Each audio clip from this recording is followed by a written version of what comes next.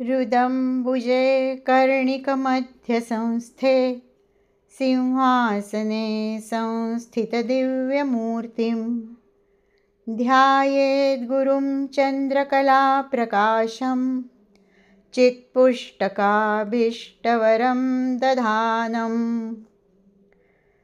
हृदयरूपी कमळाच्या मध्यवर्ती केसरांमध्ये सिंहासनावर विराजमान झालेल्या दिव्य देहधारी, चंद्रकलेप्रमाणे शांत आल्हाददायक तेज असणाऱ्या आणि चित्तस्वरूपी पुस्तक धारण करणाऱ्या, अभीष्ट वरदान मुद्रा हातांनी धारण करणाऱ्या श्री गुरूंचे नेहमी ध्यान करावे.